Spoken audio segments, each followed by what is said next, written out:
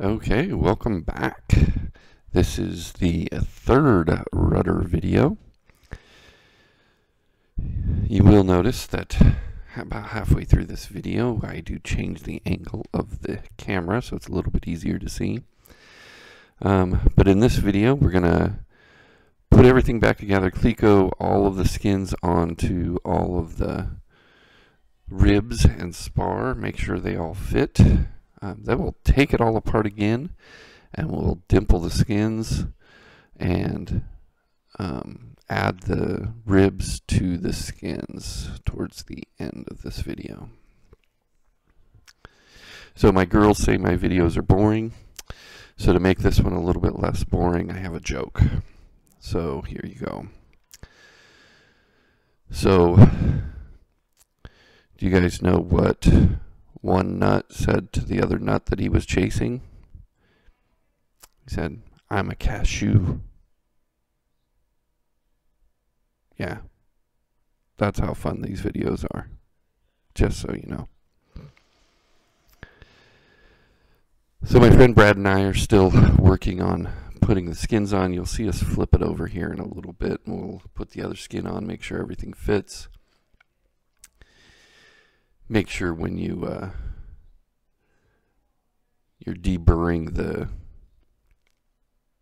front, the piece that holds the counterweight, it kind of gets rounded a little bit, and you kind of have to do that so the skin fits on there properly. So when it says, you know, to take a little bit extra off, it means it. You like how I just make Brad work there and I sit and do nothing? See, that's my plan. If I can get more people to help me, I can get them to do a lot of the work and then I don't have to do it. There's the dog inspecting again, just making sure we're okay.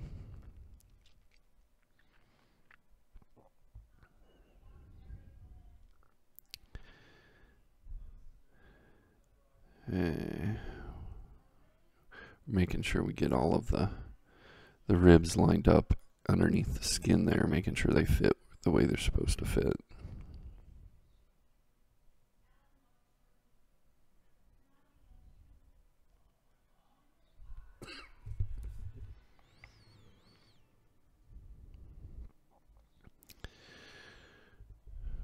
And we're almost done doing that.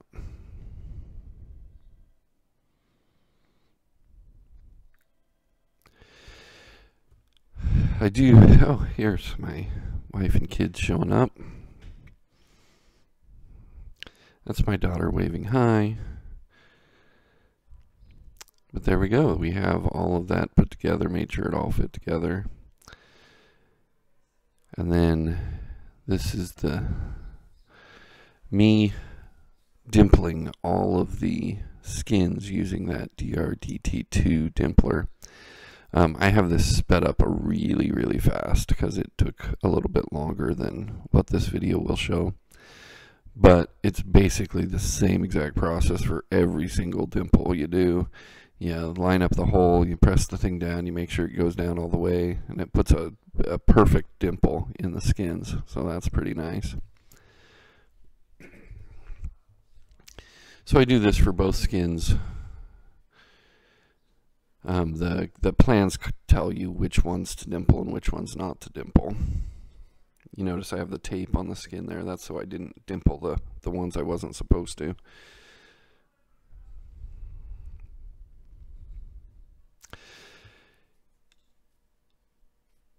I did talk with Vans because I do have some parts that are on back order, and they said that they are estimating May before they get them. So that's like 4.5 months away from the time of this video. So that kind of sucks. So I don't know what to say about that other than the way things are in America is kind of messed up if you have to wait 4.5 months to get a bearing. It's just kind of silly if you ask me. Okay, so here we go. Here we're gonna back rivet the ribs onto the rudder skin. And so what I did first is I took all of the all of the rivets, I stuck them in there, and then I just used the blue tape. I contemplated getting the rivet tape because I've heard people say, hey, you know, the blue tape kind of sticks to the rivets and whatnot, and it does.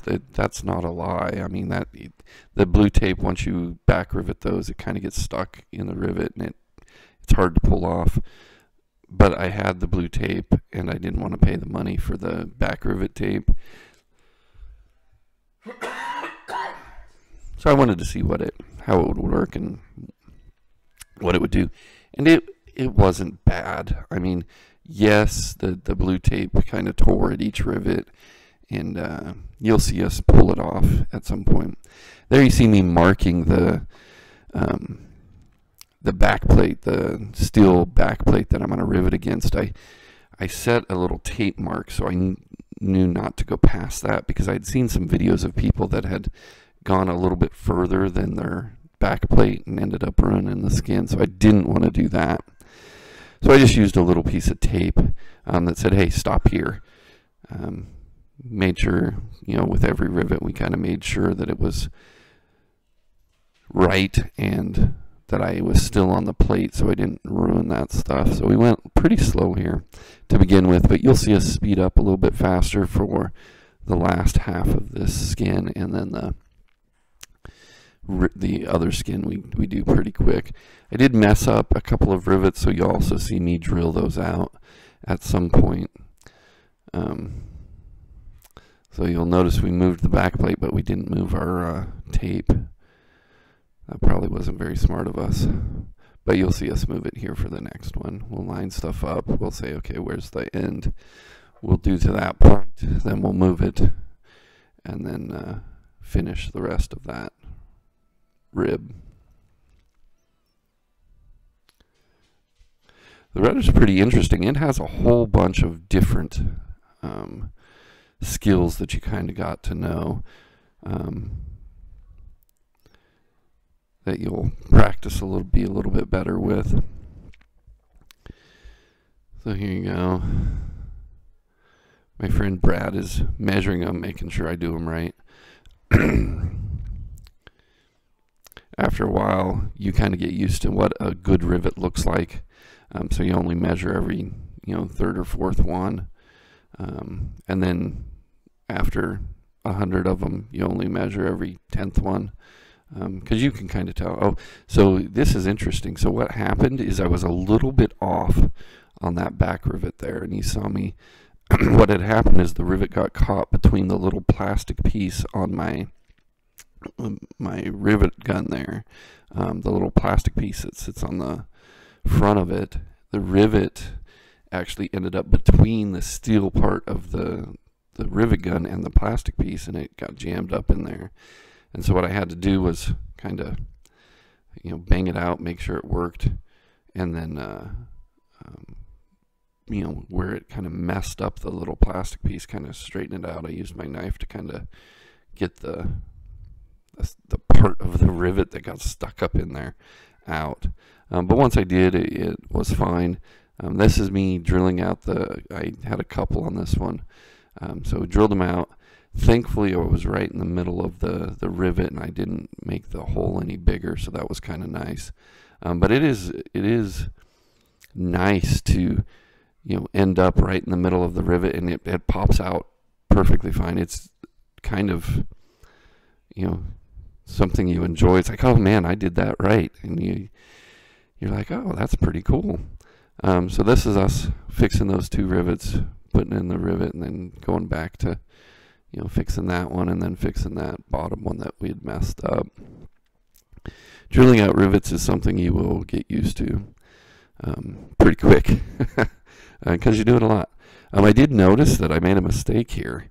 You'll notice that we did not cleco that bottom section. We kind of held it against the thing, and I would do one, and then we'd move to the next one. And I did inspect that after the fact, and it's perfect. be fine. It was right up against the skin. There's no space between them. So thankfully it all worked out. But yeah, we did kind of screw up there. We should have cleat-coated that together. And here we go. We're just kind of putting that together with the squeezer, and that's one skin done. And there's us, see us kind of pulling the tape off. And that's it. As always, if you have any questions, or if I could have done something better, you have some ideas, please let me know. Talk to you later.